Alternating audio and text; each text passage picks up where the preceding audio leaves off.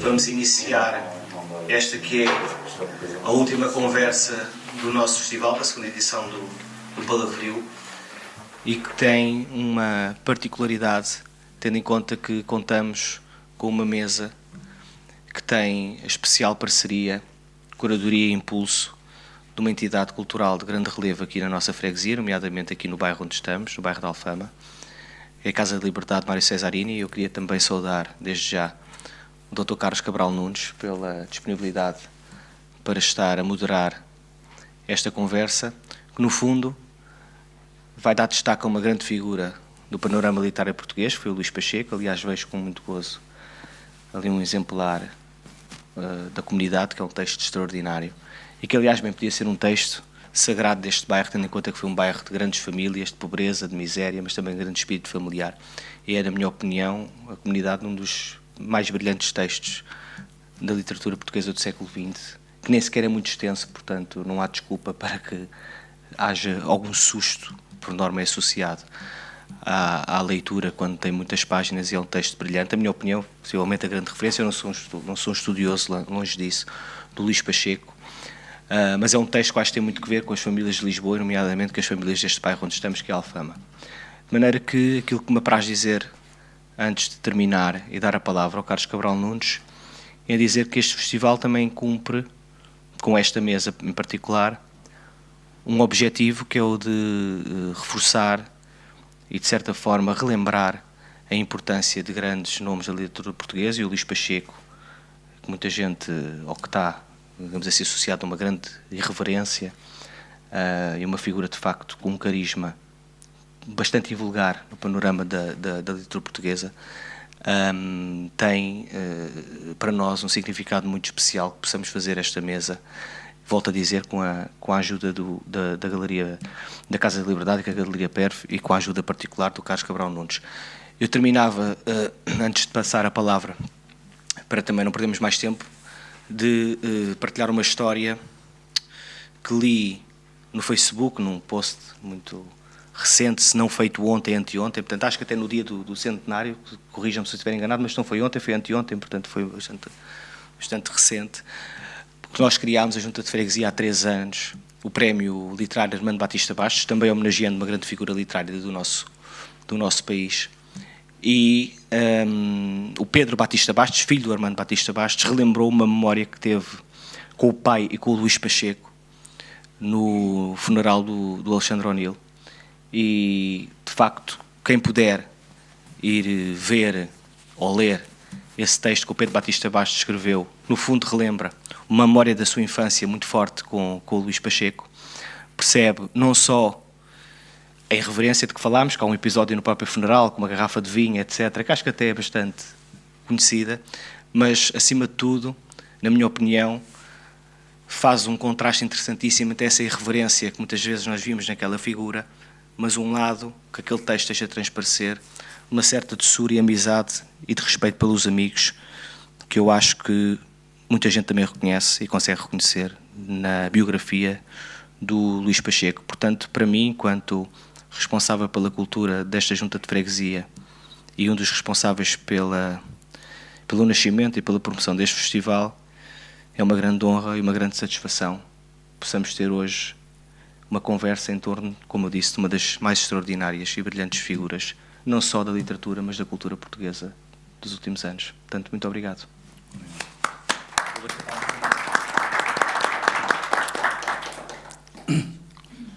Então, boa tarde e obrigado por terem vindo a esta sessão. De facto, não imaginávamos, quando marcámos a sessão, que coincidiria com um jogo, ao que parece muito importante, de futebol. Acho que o Luís Pacheco acharia a coincidência bastante divertida. E, aliás, como já no dia do centenário, não é? Houve também uma coincidência interessante, que foi a eleição do Papa, não é? E, portanto, também é curioso que, no fundo, os dois extremos tocam-se. Eu começo por dizer que concordo e que agradeço as palavras. Concordo que de facto o Luís Pacheco é um escritor fundamental da língua portuguesa e a par com a sua personalidade e a forma como ele lidou com o ar do seu tempo, não é? Que era um ar de ditadura primeiro e depois de revolução e depois de democracia. A par desses ares que ele passou, de facto, a sua escrita é de facto fundamental naquilo que é a cultura portuguesa. E eu penso que se os textos, sobretudo textos como A Comunidade e outros, forem traduzidos para várias línguas, penso que facilmente é um autor que tem um potencial de internacionalização muito grande, se calhar até mais do que outros autores que são em Portugal, enfim, mais venerados, porque é uma escrita ao mesmo tempo poética e crua, não é? Portanto, tem uma crueza e ao mesmo tempo também um certo romantismo, não é? Uma visão romântica, sobretudo neste texto, portanto, da cama como barcaça, como metáfora de ligação incondicional entre as pessoas, e bem, foi dito antes, reflete muito da vivência que se poderia ter aqui em Alfama, mas também a vivência que se pode encontrar noutras épocas e noutras latitudes, não é? Ana da Silva acabou de chegar, o trânsito, como digo, estava complicado, portanto, eu começo por agradecer, de facto, à doutora Ruth Reimão e à Junta de Freguesia de Santa Maria Maior o convite e a iniciativa. Portanto, penso que esta iniciativa do Palavrio é, de facto, bastante interessante e sobretudo, sendo lançada pela Junta de Freguesia e portanto, hoje, com respeito ao Luís Pacheco, depois de tantas sessões que houve, portanto, desde passado dia 7, que é o dia do centenário, de facto, parece que já não há muito mais a dizer, porque nós temos falado, há sempre coisas a dizer, mas parece-me que não há muitos adjetivos mais sobre um autor que é de facto fundamental. Por outro lado, também acho que é importante referir que me parece, quanto mais tempo passar sobre enfim, a época em que ele viveu e maior distanciamento existir da persona, da personagem que ele próprio teve que criar para se calhar se defender, mais os seus textos também ganharão uma dimensão autónoma e poderão viver numa espécie de construção de imaginário coletivo sobre um tempo que é um tempo, enfim, bastante duro e que esperemos não volte mais, não é? Eu passo agora aqui a palavra. Se calhar a Ana ainda está a descansar. Ainda está a fazer ok. Não, mas quando vocês quiserem. Mas eu percebo, né? Passo ao Rui. O Dr. Rui Sousa é, como foi dito, um estudioso e coordena um grupo de pesquisa da Faculdade de Letras que tem por objeto justamente fazer um programa de 1 ano e meio, cerca disso, em torno da figura do Luís Pacheco e há um conjunto de iniciativas que estão programadas, muito variadas, onde nós, Casa da Liberdade Mário Cesarini e Perve Galeria somos parceiros e portanto, eu passo a palavra. Antes de passar depois a apresentar um pouco mais o que já está em curso e o que vai estar deste projeto ao qual o Carlos estava a fazer menção, quero dizer algo, começar por dizer, antes de mais nada, começar por agradecer e a presença de todos e salientar que, em relação à curiosidade que o Carlos estava a referir de estarmos num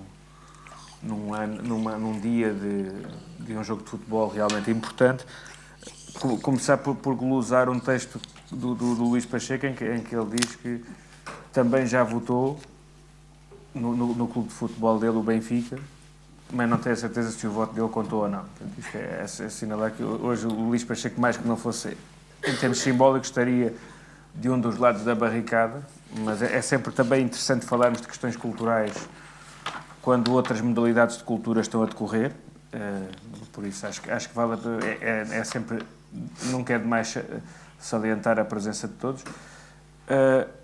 Depois, tanto na intervenção inicial como agora na observação do Carlos, há algumas questões que realmente contribuem para pensarmos a importância do Luís Pacheco para o nosso contexto, quer em termos de literatura, quer mesmo em termos sociais e políticos, a importância que a figura continua a ter, o porquê de, como tem sido muito dito nestes dias, o porquê de, estando numa geração de grandes figuras, algumas das quais cumprem o centenário também este ano, o Cardoso Pires e outros, o Luís Pacheco talvez tenha sido, aliás, ainda há dias algumas amigas me diziam, na brincadeira, que comparado com o que fizeram em 23 para o centenário do Cesarini, se calhar o Luís Pacheco está a ter uma repercussão que o Cesarini não terá tido nesta escala. Não vou aqui fazer campeonatos, mas é assinalável realmente esta vitalidade forte que o Luís Pacheco tem, depois de tudo aquilo que foi dito, depois de todas as polémicas em que esteve envolvido, de alguma persistência ainda, de um certo pudor em lidar com a sua obra, um certo retraimento de muita gente que conviveu com ele e que ainda tem muito presente a figura, que é a típica figura que, como um grande furacão, por qualquer contexto em que passou, não deixou ninguém indiferente. E, aliás, ainda no nosso projeto, uma das nossas investigadoras, quando nós quisemos associar o projeto a Beja, que por enquanto pelo menos ainda não avançou, mas na altura uma das perguntas que nos foi suscitada era: que tema é que vamos escolher para esse encontro? Porque noutros locais é consensual, Caldas da Rainha, Setúbal, Palmela, Sertã, Braga, e agora ficámos a saber que Santarém bastante. Há vários contextos nos quais é mais ou menos evidente que o Luís Pacheco tem de ser celebrado, tem que ser lembrado, ainda deixou um rastro pessoal muito forte. O Alentejo não exatamente, mas a resposta que eu dei quando me perguntaram o porquê de Luís Pacheco poder vir a ter uma presença aqui foi: ele provavelmente é um dos grandes escritores do país em si, de uma certa forma de pensar Portugal, uma certa forma de pensar Portugal num contexto específico, mas também um bocadinho mais além. E eu começaria por chamar a atenção precisamente a isso.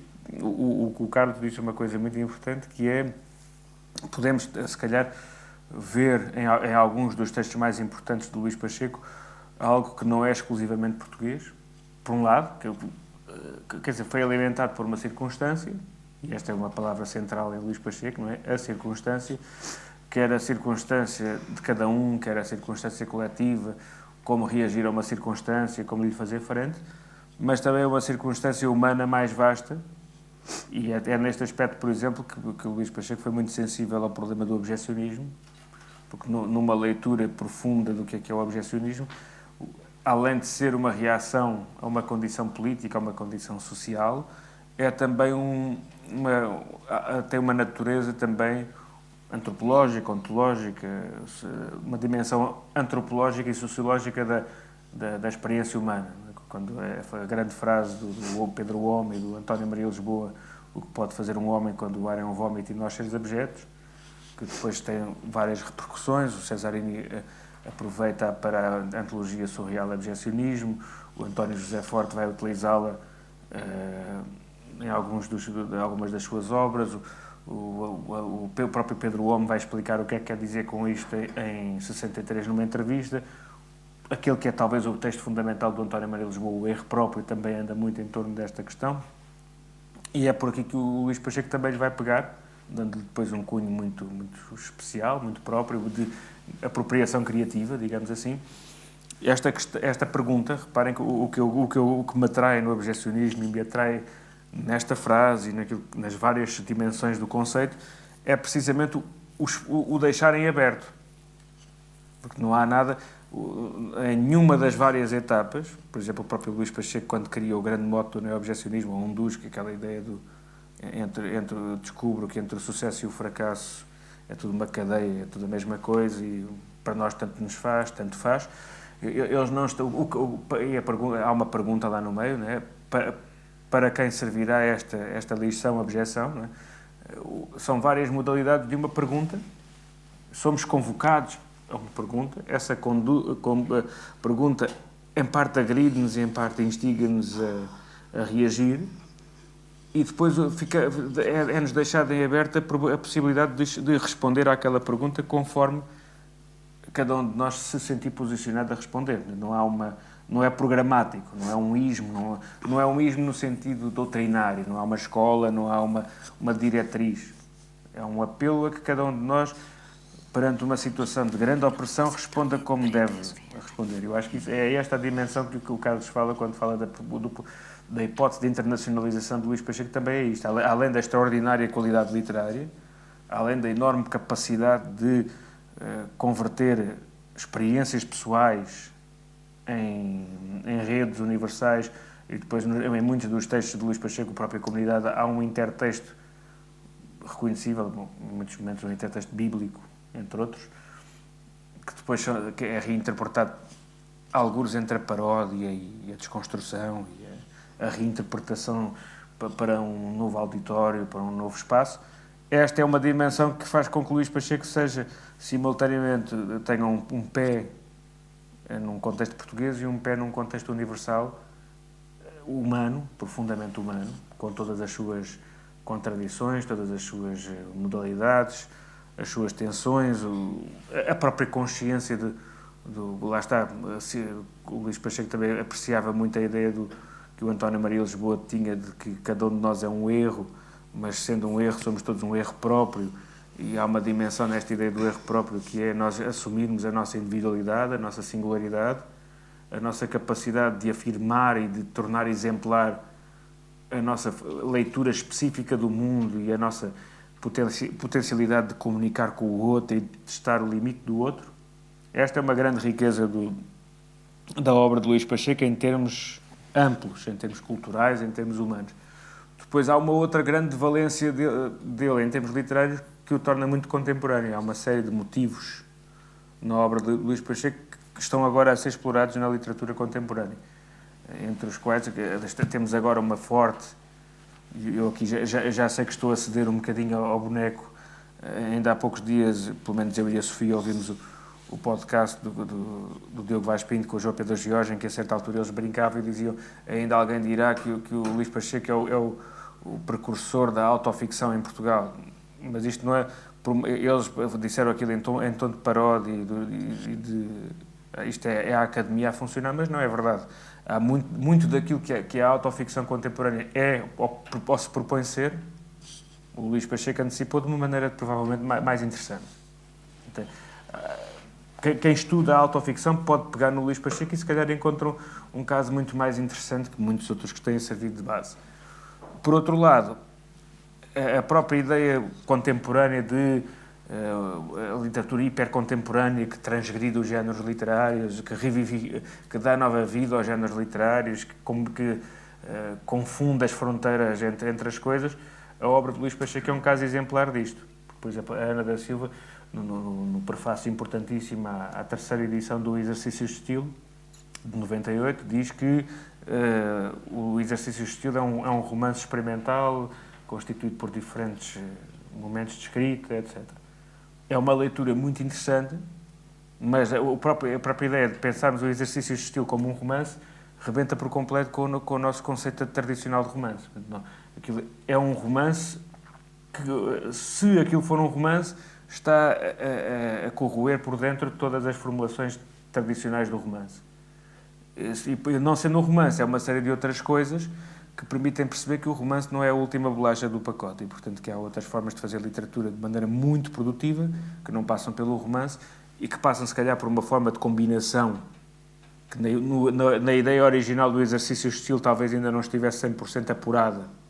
O exercício de estilo começa a ser concebido em 70, depois tem uma primeira edição em 71, uma segunda edição em 73, que acrescenta um texto no qual, se nós percebemos os bastidores da primeira edição, que é um texto muito interessante, é o importante prefácio do autor, e depois na terceira edição inclui textos posteriores, de outras etapas da vida, algumas das quais já mais contemporâneas. E aí já o autor tinha muito presente a centralidade que a diarística ocupa na sua grande galáxia criadora. Mas mesmo antes dele ter esta criação, esta interpretação, mesmo antes dele na década de 70 também ter iniciado uma cavalgada diarística permanente, há uma pulsão diarística na sua obra e depois há uma pulsão epistolográfica que começa a ter direito de cidadania no Pacheco versus Cesarini e depois vai por ali fora, que são géneros que normalmente ou eram descentrados, porque o estatuto que se dá ao diário, o estatuto que se dá à autobiografia, o estatuto que se dá à epistolografia ou é menor, ou para não ser menor tem que ser subjugado a outros géneros, por exemplo, o romance epistolográfico. Não é? A epistolografia só tem algum relevo se for submetida à potência da ficção romanesca. Enquanto que o caso do Pacheco versus Cesarini é o contrário. A ficção é constituída pela realidade das cartas, exatamente o processo inverso. E estes géneros criadores fazem com que Luís Pacheco seja um autor que está a dialogar connosco, porque os grandes escritores portugueses e internacionais de hoje, aqueles que são nobilizáveis, aqueles que, por exemplo, há 4 anos a Annie Ernaux ganhou o Prémio Nobel e é hoje considerada a escritora decisiva da autoficção contemporânea. Ora, não há assim muita coisa que a Annie Ernaux faça que o Luís Pacheco não tenha feito em Portugal 50 anos antes. É isso que faz com que ele seja um autor muito contemporâneo. Para concluir, só fazendo uma rápida passagem pelo projeto, importa salientar que o projeto tem 2 facetas. Há um lado mais institucional, mais académico, que nos permitiu também conseguir os fundos necessários para fazer algumas das iniciativas que integra Luís Pacheco num grande questionamento nosso, que é o impacto dos regimes de censura, das diferentes modalidades de regimes de censura, na constituição da modernidade portuguesa e no tipo de reação que os escritores têm a essa realidade constante no fundo, a nossa questão é como é que é possível existir uma modernidade quando todas as vias de acesso à modernidade europeia nos eram vedadas ou constrangidas. E isto gera uma situação às vezes esquizofrénica que depois se projeta no modo como se faz literatura, digamos assim. Este é o grande inquérito que nós temos, o chapéu, no qual o Luís Pacheco depois é um estudo de caso, digamos assim. Depois há o outro projeto, Luís Pacheco passeia por todo o papel, que é aquele que é exclusivamente votado a Luís Pacheco, ao seu centenário, à tentativa de reeditá-lo amplamente, ao tratamento do seu espólio, à apresentação digital desse mesmo espólio, e que tem parcerias além da Casa da Liberdade e da Perve Galeria e do Instituto Politécnico de Santarém.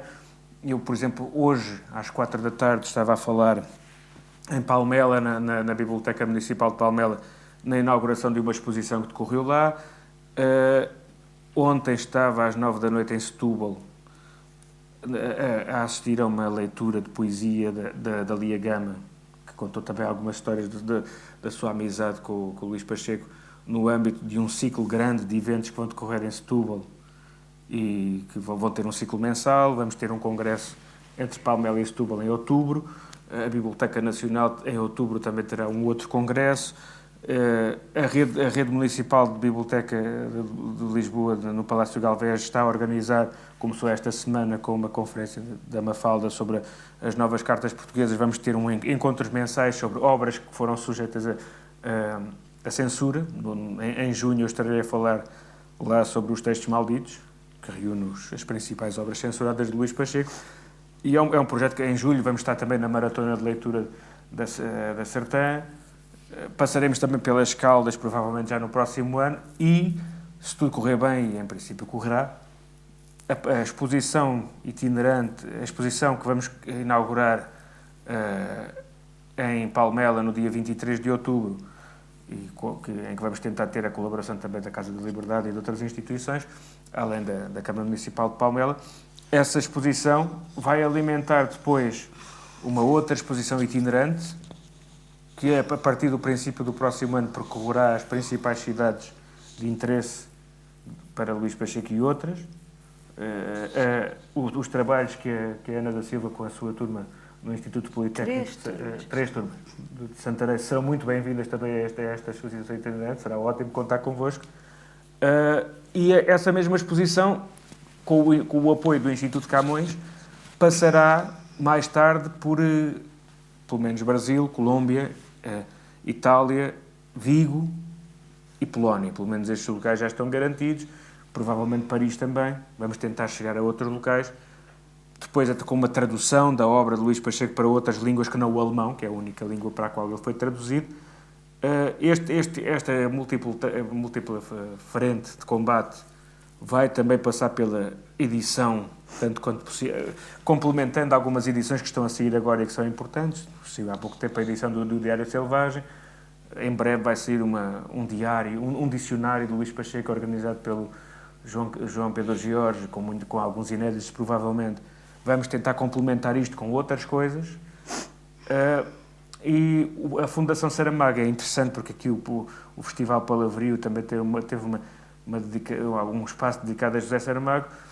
Em 2 e 3 de outubro, a Fundação Saramago vai acolher-nos também numa dupla jornada de celebração de Luís Pacheco, que foi um escritor com uma relação interessante com Saramago, foi um dos primeiros a reconhecer a importância capital de Saramago, na altura com o Levantado do Chão. Salvo erro, há um postal na exposição da Casa da Liberdade que fala da Pilar, e eu acredito que seja em função do Evangelho segundo Jesus Cristo. Acredito que aquele romance que ele diz a Pilar inspirou. Eu acredito que aquele postal deve ser a Maria Madalena, e ali é uma brincadeira com Maria Madalena, Pilar del Rio e Jesus Cristo. Não posso garantir, mas foi a interpretação que eu fiz daquele postal. E no fundo é isto, e são todos convidados a colaborar connosco. Temos aqui também na sala a Sofia Santos, que tem a tese dela muito em destaque em Palmela na exposição. Achei aquilo extraordinário. Ainda hoje foi mencionada a tua tese lá na exposição. E esperamos que os teus contributos nos ajudem também nesta senda ampla, e vamos continuar a trabalhar todos em conjunto. A Lia Gama ontem, por exemplo, já se disponibilizou para fazer uma entrevista connosco. Estamos a tentar reunir o máximo possível de vozes que estiveram em diálogo com Luís Pacheco, para mostrar que ele está vivo hoje, apesar de muitos dos seus companheiros contemporâneos já terem falecido. Nós estamos cá para dar continuidade ao processo. E agradecer mais uma vez a presença e a oportunidade, o convite aqui do Carlos e do festival. Muito obrigado.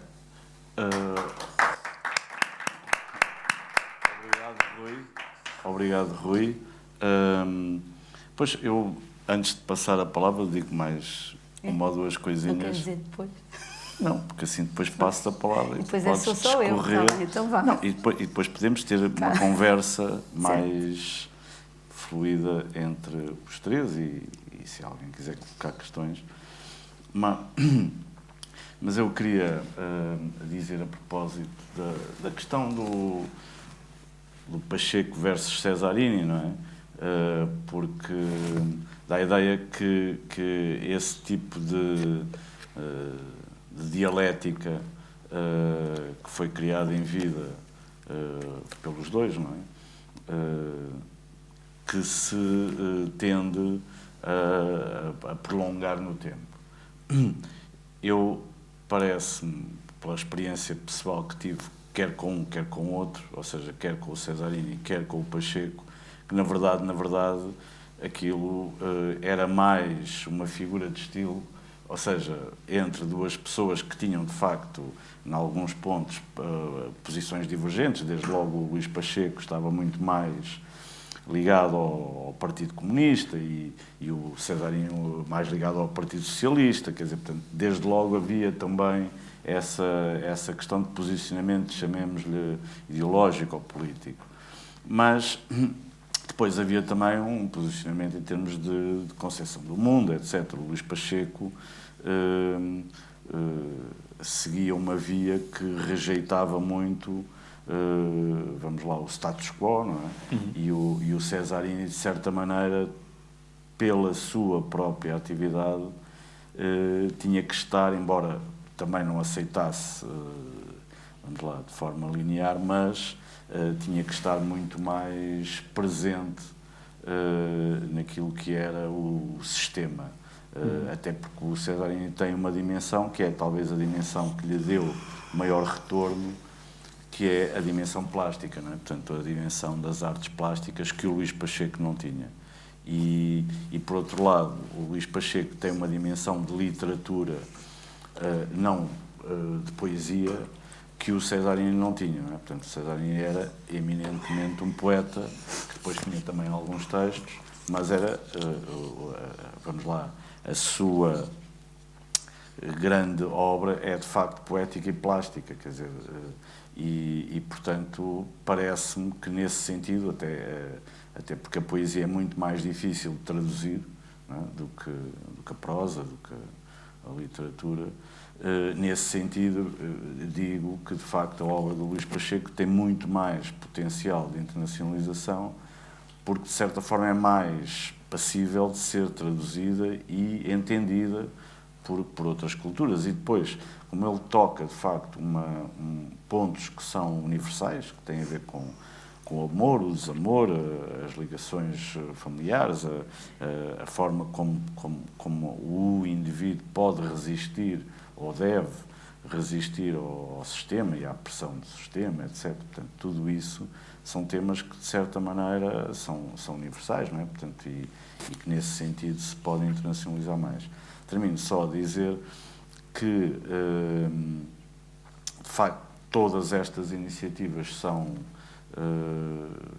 penso que, importantíssimas, sobretudo porque podem, de facto, projetar o Luís Pacheco como um exemplo também para as novas gerações, ou seja, para que também exista uma certa insubmissão face aos ditames de cada momento, de cada época. Nós hoje temos uns que são diferentes dos que se impuseram, mas são igualmente difíceis de lidar. Portanto, parece-me que também por aí é importante. E agora, a doutora Ana da Silva, que conheceu... Gosto de ser tratada como doutora, então é Ana da Silva. Pronto. Pode dizer doutora professora. Ana Professora da Silva, pode ser. professora Pronto. Ana da Silva, de quem eu sou amiga há muitos anos, que conheceu e privou, etc., numa idade muito jovem. Isso também é interessante porque os artistas, e eu acho que o Luís Pacheco, a persona que ele cria é uma personagem performativa que poderia ser perfeitamente das artes visuais. Portanto, eu considero um artista, um autor artista, pese embora não tenha um trabalho plástico visual, mas o Luís Pacheco, como outros artistas, como o Cesarini, o Artur Boal, etc., Cruzeiro Seixas, tiveram sempre muita ligação também, isso é interessante, às gerações mais novas. Portanto, e a Ana da Silva conheceu com 20 e poucos anos e agora só tenho 56, não é? Eu não sei se tens 50, 30. Olha, é preciso ligar isto ou não? Não sei se está ligado. Já está? Acho que está ligado. Então posso? Pode. Então, a mim o que me interessa é o amor, a sexualidade, o sexo e a santidade do Pacheco. Hoje não vou falar de santidade, vamos falar de amor. Então,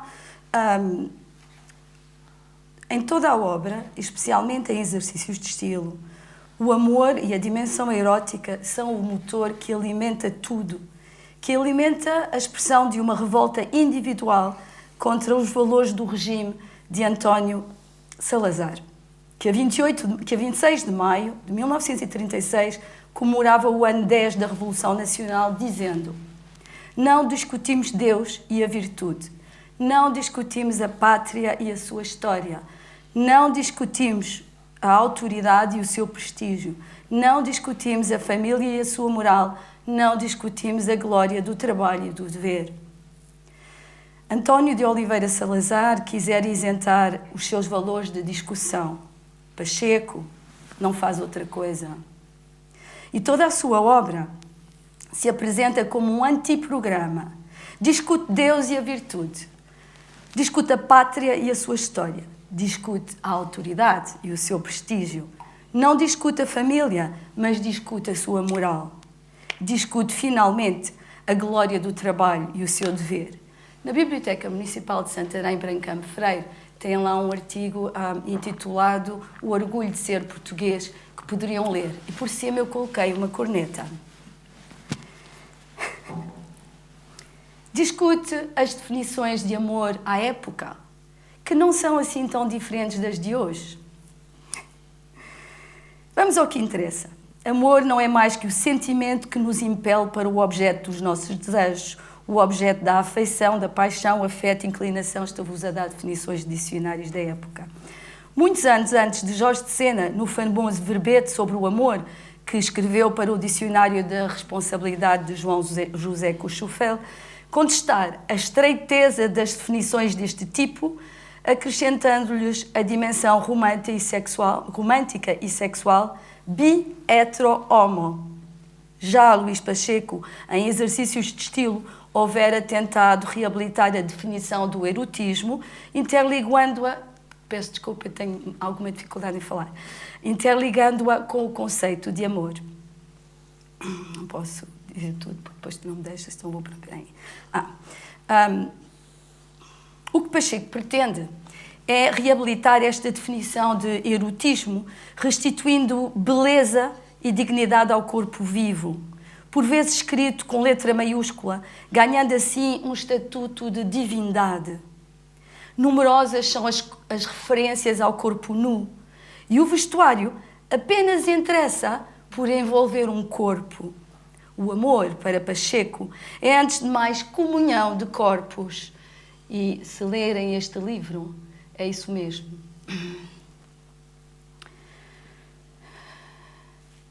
Pacheco: nem eu me atrevia a falar-vos disto, senhores. Nem eu nunca me atreveria a repetir coisas tão velhas, se não as visse serem atiradas para trás das costas, como se a enterrar em vida o corpo, em cálculos e tristura os homens fossem mais livres, mais humanos. Ódio ao corpo, andam esses a dizer há 2000 anos, como se neste curto lapso de tempo da história do homem só devesse haver fantasmas descarnados. Ódio ao corpo, o teu, o meu, disfarçado em tarefas vis e loas cobardias pequeninas. Nada disso é gente, e eu gosto de estar com gente. Falo de corpos, um enchimento de gente à roda, compacta, onde recebemos e damos, estamos e lutamos, sofremos em comum e gozamos. É o corpo que aproxima os amantes e torna possível a ligação amorosa. Em Exercícios de Estilo, o corpo está essencialmente ligado a estímulos odoríferos que, por serem reminiscência de um passado animalesco, são geralmente alvo de desaprovação por parte da sociedade civilizada que multiplica os desodorizantes, os desinfetantes e os antissépticos. Pacheco trabalha, nomeadamente, o papel erótico e o poder de atração do suor e do cheiro dos órgãos genitais. Até as mãos dos namorados transpiram. E cito: reparo nas suas mãos, quando se apertam, criam suor juntas, repetidas nas bocas, como se colam sufocadas, unidas nos olhares, como se prendem, atiçando-se. A dissociação entre amor e erotismo parece-me, aceito por Pacheco, peço desculpa, vou para a frente porque senão, quanto tempo tenho ainda? Tens tempo. Mas se quiseres fazer depois uma pausa, podes retomar mais adiante. Isto vai muito para aí. Ok. Se Pacheco aceita que o erotismo pode existir sem amor, o que afirma é que, no seu mundo, amor não existe sem erotismo. Cito: ele estava a espreitar à porta que dava para o 9 em cuecas e camisola. Via pela primeira vez uma coisa nunca vista. Uma coisa muito bela. 2 corpos nus em liberdade, abraçados, beijando-se furiosamente. Nada que se comparasse ao que presenciara várias vezes em bacanais, com homens e mulheres astutos, só devassos. Jogo lascivo que tinha sempre ele um quê de paródia fraudulenta e ansiada. Exibição gorilesca de gentinha solitária, afinal. Apesar da promiscuidade, ou de certo por isso. Ali, agora, era tudo íntimo e brutal. Sincero a valer. O ritual do par no corajoso corpo a corpo suicida. Sexos em luta. A posse mútua vampiresca em transe de fusão para o único. Aqueles 2, ali, eram jovens e amavam-se. Não tinham ronha nenhuma. Repare-se no sistema de reenvios sintáticos, semânticos e fonéticos que colocam uma relação amorosa erotizada nos antípodas de uma relação erótica sem amor. Esta última é caracterizada pejorativamente por uma iteratividade sem mistério. O protagonista já presenciara isso várias vezes e na própria palavra bacanais ecoa a palavra banais. Enquanto o outro tipo de relação é caracterizado por uma singularidade identificada com o fenómeno de revelação. Cito: via pela primeira vez uma coisa nunca vista, uma coisa nunca muito bela. Espreitar por uma frincha, ato socialmente condenável, é o comportamento que permite ao protagonista ser iniciado no mistério do oculto. Temos assim um efeito de recriação, uma chave deliberadamente contrastante de um quadro mitológico. O humano, que, aproveitando-se da possibilidade de transgressão de um interdito, vai fruir de prazeres intelectuais. Neste caso, porque o que acontece ao protagonista é ser não o ator, mas o espectador de uma relação que é transcendente em relação ao espaço-tempo. Com efeito, o casal de namorados que vê é, naquele instante e só por instantes, supra-humano, o sono dos deuses. O protagonista, se não os pode encarnar, ganhou, por ter sabido infringir o código das conveniências. O saber que tal coisa é possível, isto é, ganhou um referencial, um modelo de comportamento que lhe permitirá situar-se, doravante, num mundo que não opõe apenas relações conjugais a relações devassas, só devassas, como ele diz, mas que contém igualmente espaços, fechados, só acessíveis através de transgressão, onde seres estão em liberdade e ao mesmo tempo abraçados. Continuando o jogo de oposições, a palavra bacanais adquire a conotação que de facto ainda tem, em muitos dicionários, de devassidão e depravação, opondo-se à palavra ritual, que sugere a dimensão do sagrado e do tempo primitivo. O adjetivo corajoso opõe-se a astuto, contrapondo a qualidade nobre do guerreiro à manha ou habilidade para o mal, característica dos cobardes ou de alguns representantes do reino animal, como as raposas, por exemplo. Íntimo opõe-se a devasso, sendo que íntimo significa aqui o que de mais privado, intocável se pode possuir, enquanto devasso, remetendo para o ato de devassar, ou no particípio passado, o devassado, sugere um espaço já corrompido pela intrusão. A morte, como sabemos, associada ao sexo nos primitivos rituais de fertilidade, assombra este coito comparado a um brutal e corajoso corpo a corpo suicida de sexo em luta. A sua dimensão sagrada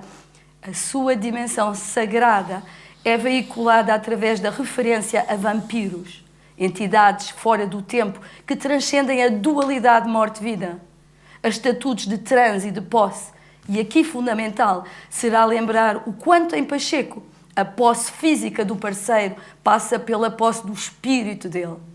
Dominar intelectualmente o outro significa, a mais das vezes, que se pode obter os seus favores sexuais, sendo que a relação erótica aparece como garantindo a existência da submissão intelectual e espiritual do outro, que é, no universo do autor ou do narrador destas histórias, mais negativa do que uma traição carnal.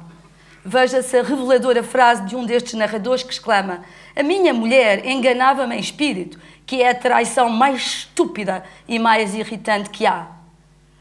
Acho até que me queria envenenar." Os dois seres sentem-se então possuídos por forças ocultas que suplantam as suas vontades num processo de fusão para o único, análogo ao processo primitivo que une espermatozoide e óvulo, o todo que é mais do que a soma das partes ou a desagregação produtiva, já que tem como resultado a criação de um novo ser único. A esta restauração da unidade perdida, e claro está que nada disto em Pacheco se passa sem um clin d'œil à conhecida historieta do banquete, segundo a qual metades, macho e fêmea, tentam, pela cópula, reencontrar primitiva inteireza de que os deuses as privaram. O autor opõe a relação do erotismo sem amor.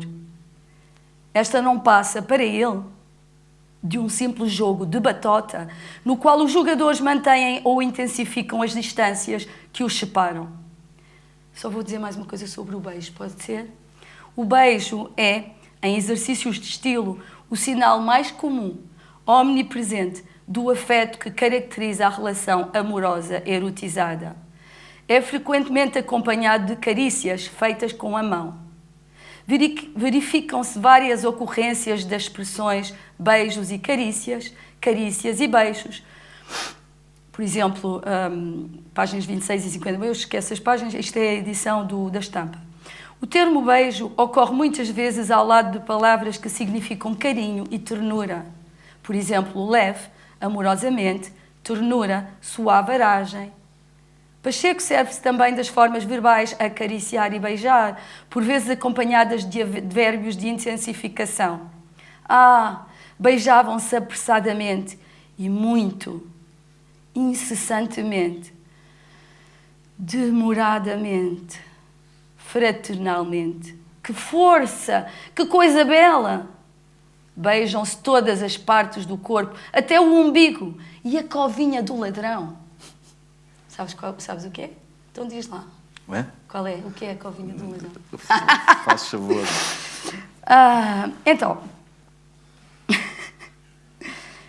Porém, o beijo, boca a boca, é mais frequente e desempenha um papel simbólico da consagração da comunhão conjugal.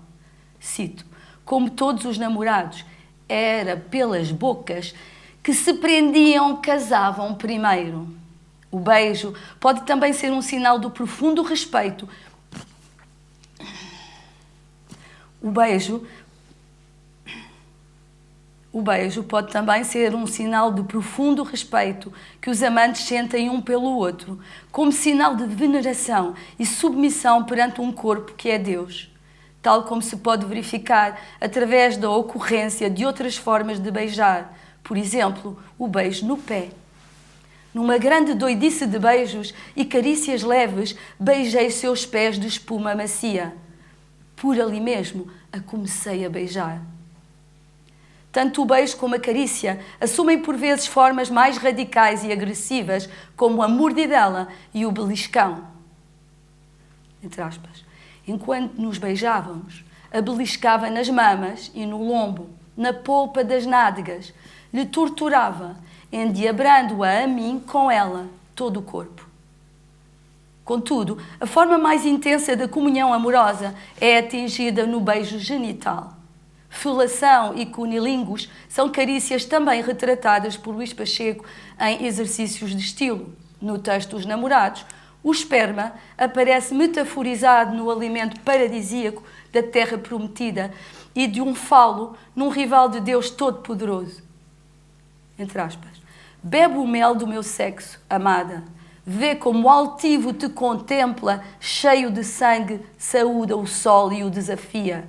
Deus criador como Ele fecundo, indomável.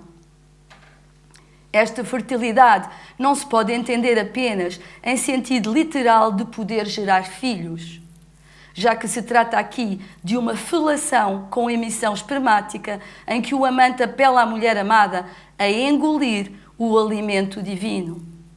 O mel adquire assim um sentido simbólico de comida espiritual e o ato de dar e receber uma dimensão sagrada, dimensão confirmada literalmente no texto pelo escritor: bebe o mel. O acre, lúcido mel purulento que regurgita e explode em ondas mornas em espuma, sacode o nosso corpo, inunda a tua boca às golfadas de sangue puríssimo, sagrado, original. O amado oferece à mulher amada o que tem de mais puro e mais sagrado: o seu sangue, o seu mel, a sua vida. Ficamos por aqui hoje.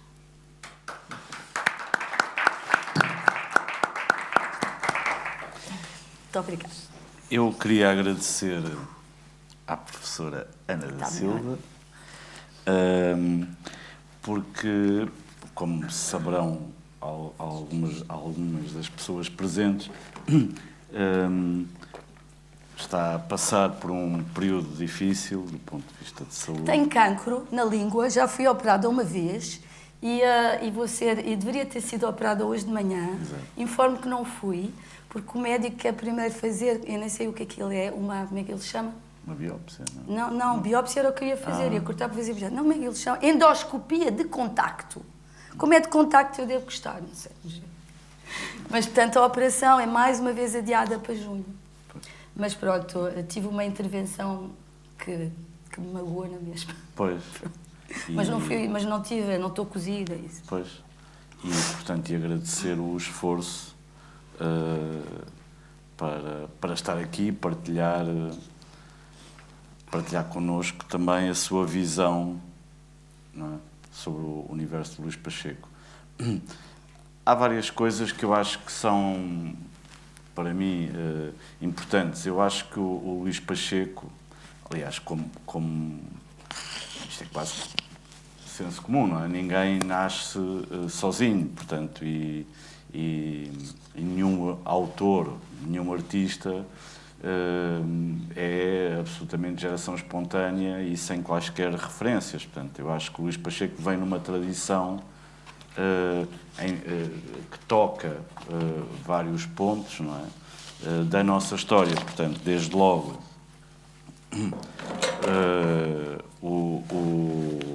na parte, vamos lá, libidinosa, aquilo que é a tradição da corte no século XVIII, não é? Dom João V, etc., portanto, que acho que tinham imensos filhos com as freiras, portanto, aliás, há uma série de doces que são, vêm daí, não é? Portanto, dos filhos que se faziam, filhos bastardos, etc. Portanto, e o Luís Pacheco, de certa forma, acho que vem dar no século XX uma continuidade a uma certa visão paradoxal. Portanto, por um lado, o pai de família, etc. Por outro lado, também o tipo que vai a Braga, que vai não sei o quê, com uma gala, etc. Portanto, há ali esse jogo, como lá está, na corte também havia, portanto, essas contradições todas. Por outro lado, o Exercícios de Estilo acho que também toca com as novelas de Céu em Fogo, portanto, no sentido de que se organiza também numa lógica quase novelística e que vai buscar então à geração Orfeu também ali um ponto de inspiração, não diretamente, mas de ponto de partida, se quiserem. E acho que, ao mesmo tempo, também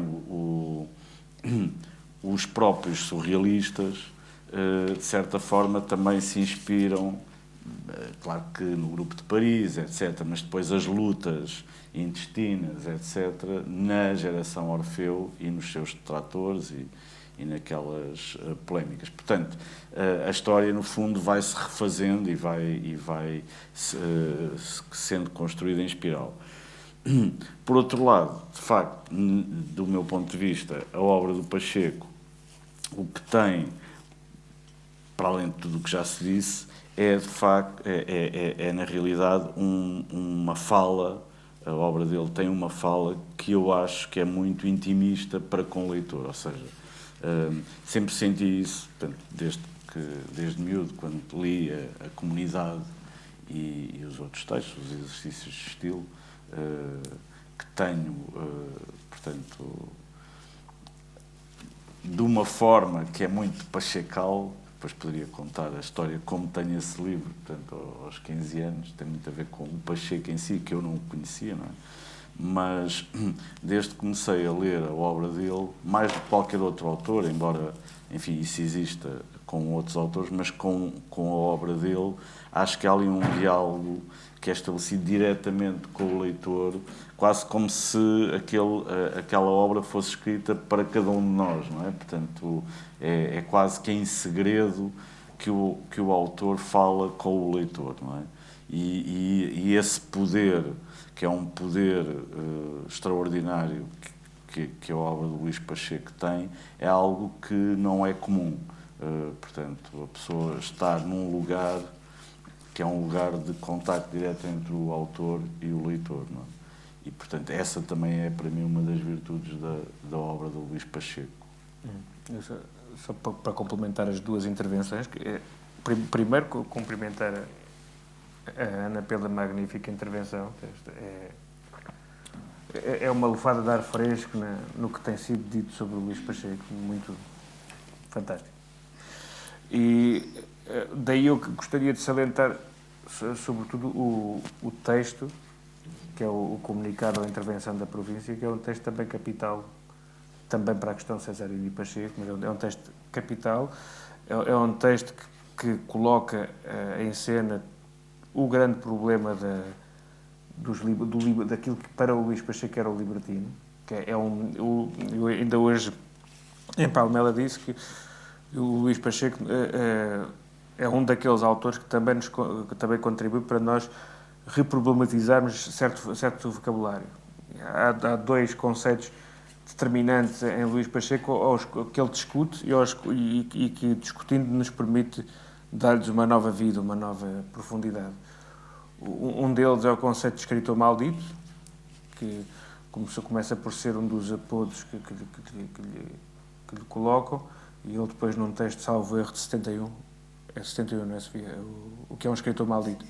Ele vai comentar o conceito, faz um exercício muito, muito típico de afastar-se daquilo que a opinião pública diz, para ao mesmo tempo produzir um espelho no qual ele depois se identifica, porque passa por uma linhagem. O Carlos dizia há pouco que há toda uma dimensão profunda de contacto com a literatura portuguesa de diferentes épocas e de tentar tornar contemporâneo toda uma linhagem que aí está muito bem evidente. Ele escolhe os melhores escritores portugueses de todos os tempos, Camões, Bocage, o Pessoa, o Antero de Quental, o Manuel de Castro, etc., para nessa linhagem, o António Maria Lisboa, nessa linhagem que ele constrói e na qual ele depois percebe que ele tem um legado de pertença indispensável, e ele acaba ao mesmo tempo por nos dar uma releitura daquilo que é o conceito, um pouco à imagem do que o Cesarini faz com a autoridade e a liberdade, são a mesma coisa, que nos obriga a repensar o conceito de autoridade.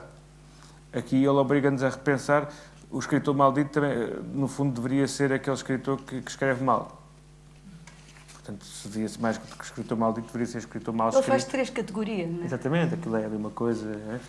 Este é um conceito que, a partir do Luís Pacheco, entrou no nosso vocabulário. Não é? A questão da maldição literária do escritor maldito tem uma grande voga nos estudos em França.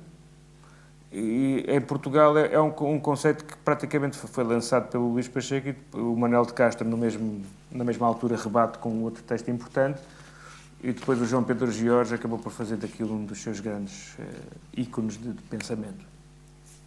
Outro conceito decisivo é Luís Pacheco, que ele depois associa ao objecionismo e à sua leitura do que é o surrealismo, é a questão do libertino, que nesse texto que a Ana leu, fica muito, há uma frase, um conjunto de ideias indispensáveis, como essa noção que é crucial para o nosso projeto, não é? Essa ideia de que estamos há não sei quantos séculos, há não sei quantos milénios, subjugados a uma determinada compreensão do que é o corpo, do que é a forma de o exprimir, a forma de o experienciar, de o vivenciar, de estabelecer relações humanas através dele.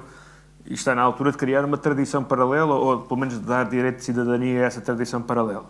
E este é o gesto fundamental dos libertinos, muito mais do que apenas uma determinada prática sexual ou uma determinada forma que nós associamos ou à brutalidade do Marquês de Sade ou aos jogos amorosos do Laclose, por aí fora.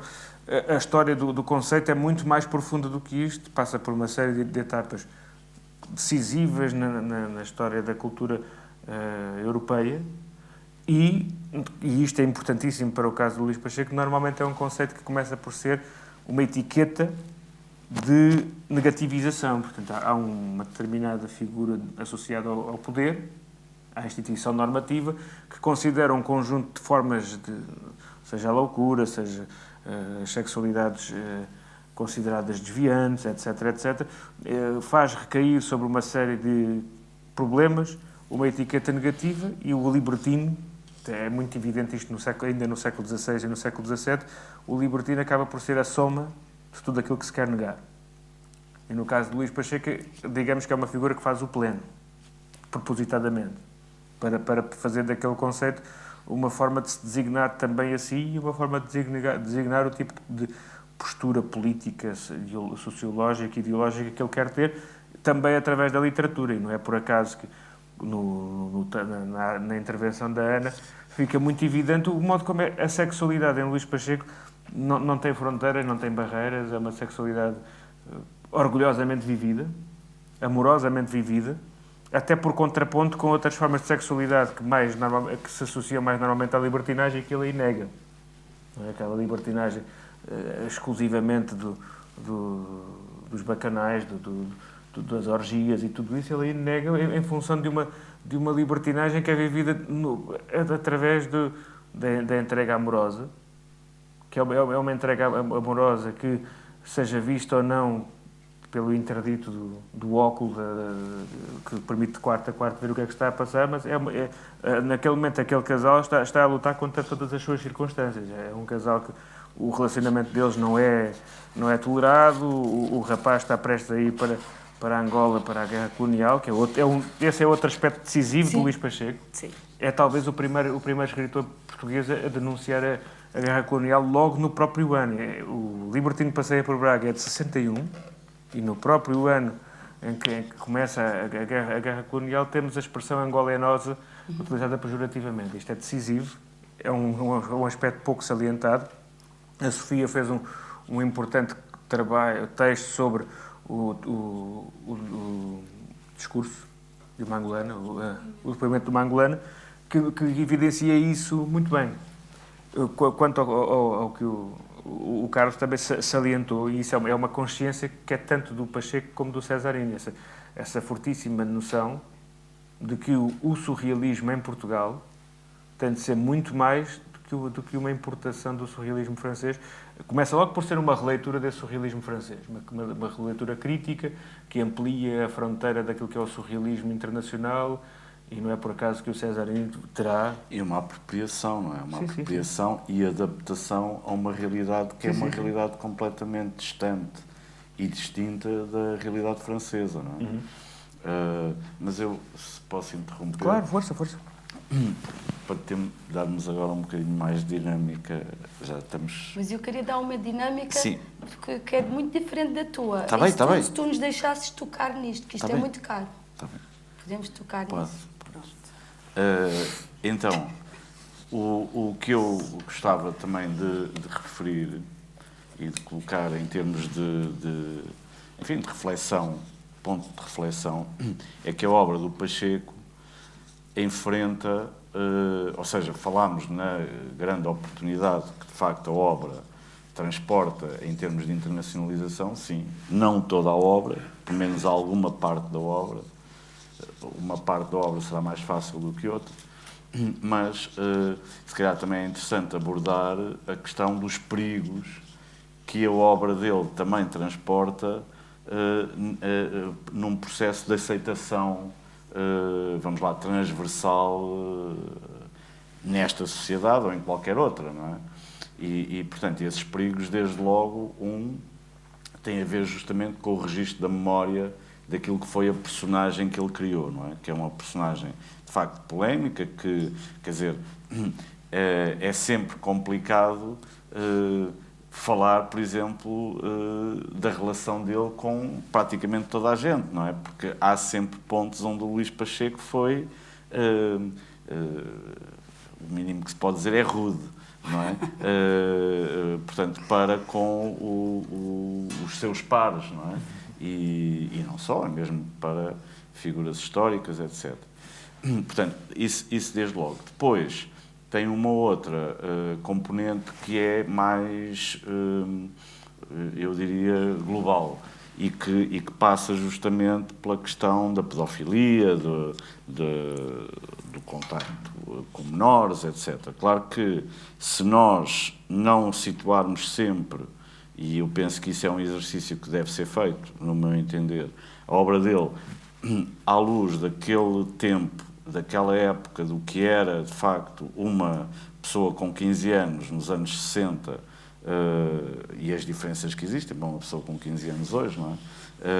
E também a forma como a sociedade estava organizada, porque depois também há isso, portanto, o casamento de adolescentes era uma prática normalizada, portanto, as adolescentes tinham filhos logo a partir dos 13, 14 anos, portanto, ou seja, se nós não situarmos as coisas, de facto, à luz dos dias de hoje, é difícil que, de forma global, ele, como figura, e a vida dele possam ser absorvidas. Um pouco o que aconteceu também com uma série de artistas, o Baltus, por exemplo, quer dizer, que é um autor extraordinário e que começou a ter obras censuradas em museus em Nova Iorque, etc. E, portanto, se não for visto e abordada a obra dele numa determinada perspectiva, esse risco, em meu entender, será maior. E, portanto, também gostava de lançar aqui essa componente, que é uma componente que me parece importante quando se quer trazer a obra de um autor para o conhecimento mais geral. Okay.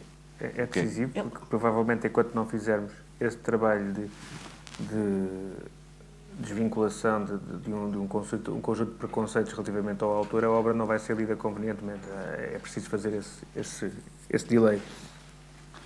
Mas vejam que ele emancipa-se. Ele muito novo, não é? Antes de sair de casa por uma questão amorosa, não é? Por razões amorosas. Claro, claro. Não, e vamos, e mesmo ele casa na prisão, não é? Exatamente. Ele casa na prisão, portanto... E o amor dele nem sequer era a pessoa com a qual ele casou, que ainda é mais interessante. Sim, e depois tem a coisa de assumir, no fundo, as ligações com as duas irmãs também, de forma muito, vamos lá, frontal, não é? Portanto, não há ali jogo escondido, portanto, ele não esconde a sua forma de olhar para os relacionamentos. Agora, o que também me parece importante, não é um exercício, que não é de estilo, mas que é um exercício de distanciamento crítico, que me parece também muito importante que quem está justamente imbuído no sentido de promover e de divulgar a obra dele consiga ter, não é? Porque é muito fácil e é natural e é humano que nós todos, quando privamos com alguém que admiramos ou não privamos, mas temos pela obra de algum autor uma admiração profunda, que possa surgir de forma inconsciente ou consciente ou híbrida uma certa idolatria, não é?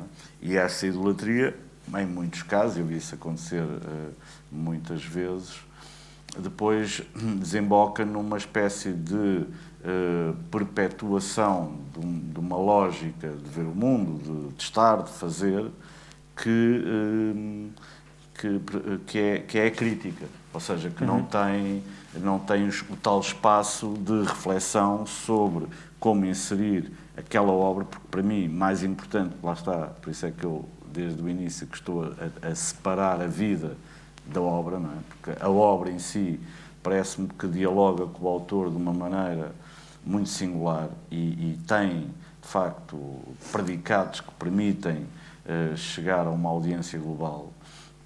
Já a vida e a forma como o Luís Pacheco se colocou na vida requerem muito mais capacidade de gestão da crítica, que é uma crítica que faz sentido, ou seja, os detratores do Luís Pacheco não estão desprovidos de razão, é assim que eu vejo. Portanto, ou seja, eu não vou endeusar ninguém, nem eu próprio, quer dizer, portanto, todos nós somos seres humanos e temos as nossas contradições e os nossos paradoxos, não é? Mas isso, e tu quase que estás a citar, a parafrasear o Paulo de uma das primeiras reuniões que teve Paulo Pacheco, uma das primeiras reuniões que teve connosco quando nos desafiou a fazer isto. Ele disse-nos logo, vocês não tenham ilusões, que eu não estou a querer fazer isto para santificar o pai. Não, ele disse, nem sequer era por ser o meu pai, porque o meu pai, ninguém tem ilusões, o meu pai foi um sacana, aliás, o próprio Luís Pacheco define-se muito bem, fui injusto, fui sacana, fui audaz, é extraordinário. O que o Paulo me disse é que vamos parar, independentemente de ser o meu pai, independentemente de ser aquela pessoa que viveu assim ou assim, ou que possa ter este ou aquele anticorpo, é um grande escritor que merece ser conhecido, é um grande escritor que merece ser reeditado. Pronto, é isso. E cuja obra foi feita, e essa é que para mim é a parte substantiva depois da vida dele, cuja obra foi feita com grande sofrimento, ou seja, não é uma obra feita com condições, quer dizer, portanto, o Luís Pacheco nunca teve condições para produzir uma obra, nem para ser editor, nem para ser nada do que acabou por ser, não é? Portanto, foi sempre contra tudo e contra a sua própria vida que ele conseguiu produzir essa obra e produzir aquele discurso e, portanto, nesse sentido, também é um exemplo, ou seja, também é um exemplo positivo que ele deixa de que mesmo na maior adversidade, mesmo sem condições nenhumas, é possível construir uma obra, não é? Então, eu agora sugiro que possamos ler um bocadinho da comunidade, em interação. Podemos tocar nas folhas? Não? Claro! Já estavas a tocar. Não, está bem, mas eu não estava a pensar... agora pus isto fora de ordem. Podemos desafiar alguém da audiência a ajudar-nos na leitura, exatamente. Sim, isto é um livro que, não sei se conhecem, mas que é a última obra do Luís Pacheco, editada em vida e assinada por ele, e a única também que foi, no fundo, Esqueci. Que foi uma edição em articulação com um artista plástico, com o Cruzeiro Seixas. Pois, então, leio só um texto então, e mas acabou. essa é a minha. Ah, é?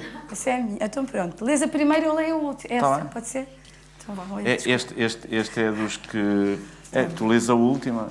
Quer dizer, não é? Tu lês esta e eu leio esta. Pronto, então vá. Então, mas esta é a primeira. Não faz mal. mal. Eu ler a última página do livro. Não tem que ser Não, mas é que eu gosto muito desta. Eu acho que o então fim vá, do livro então eu leio a primeira, é extraordinário. Então eu leio esta. E eu depois leio. Quê? Esta é a 34. Está esta certo. é a 32. Pronto, está bom. Tá. Então, Tu lês a última. Eu leio. Ok. Tenho que matar. Não sei nada, duvido de tudo. Desci ao fundo dos fundos, lá onde se confunde a lama com o sangue, as fezes, o pus, o vômito. Fui até às entranhas da besta e não me arrependo. Nada sei do futuro e o passado quase esqueci. Li muito e foi pior. Conheci gente variada nesta viagem. Pobre gente, estúpidos de medo, doidos espertalhões, toscos patarecos, foliões e parasitas da vida. Parasitas, os mais criminosos estes. Chulos do próprio talento, desperdiçando tudo. As horas do relógio deles e dos outros, e os defeitos de todos. Que tudo tem o seu calor e seu exemplo. Ou frustrados falhados, tentando arrastar os mais para o poço onde se deixaram cair por impotência de criar. Lazeira ou cobardia. Mas o coveiro nada perdoa. Cadáveres adiados, fedorentos viciosos de manhas e muito mal mascarados. Uma caca a respirar. Claramente. Então, eu vou... É que já li para aí 2 vezes o mesmo, e então desta vez vou ler outro. Porque ficou-me sempre também este parágrafo. Somos 5 numa cama. Para a cabeceira, eu, a rapariga, o bebé de dias. Para os pés, o miúdo e a miúda mais pequena. Toco com o pé numa rosca de carne meiga e macia. É a pernita da Lina que dorme à minha frente. Apago a luz, cansado de ler parvoíces que só em português é possível ler. E viro-me para o lado esquerdo. É um hálito levemente soprado, pedindo beijo no escuro, que me embala até adormecer. Voltamos-nos, remexemos, tomados pelo medo de estarmos vivos, pela alegria dos sonhos, quem sabe.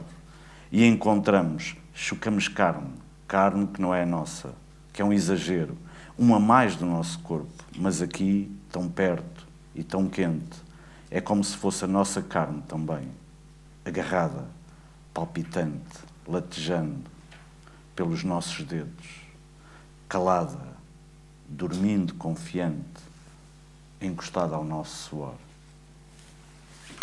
Obrigado.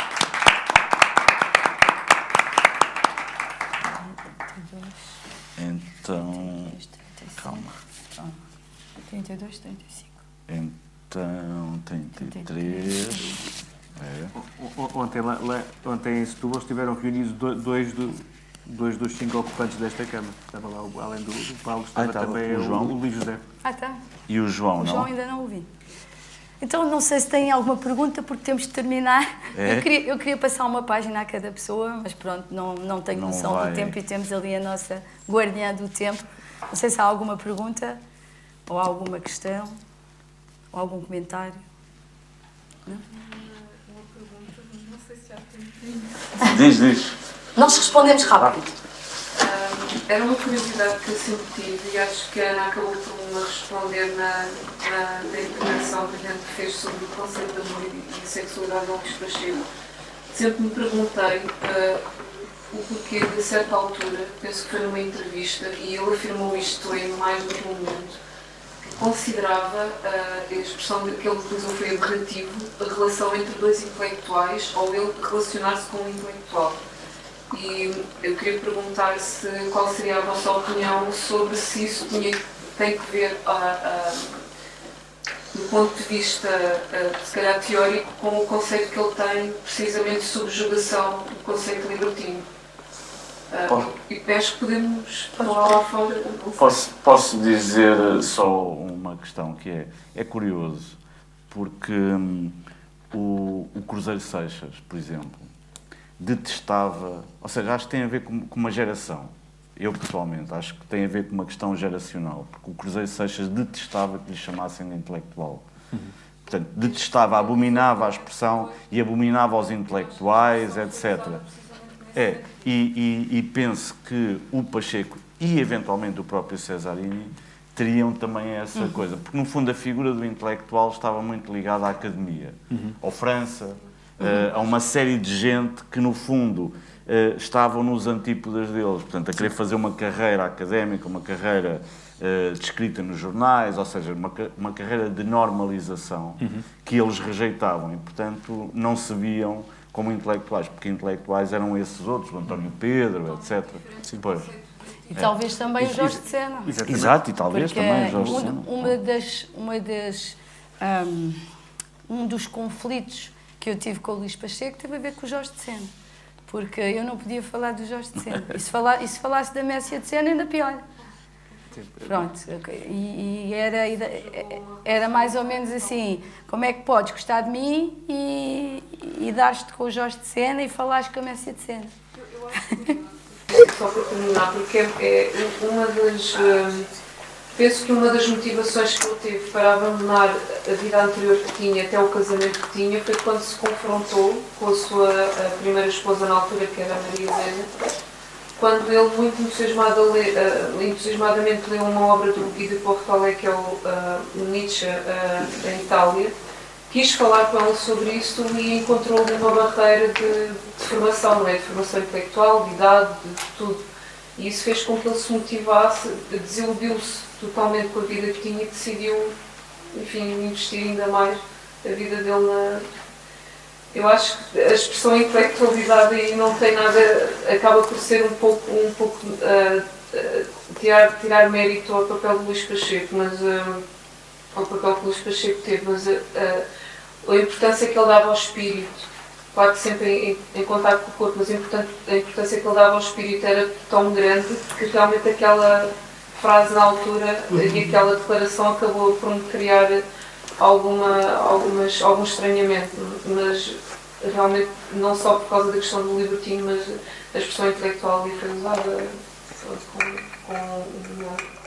uma intenção cirúrgica.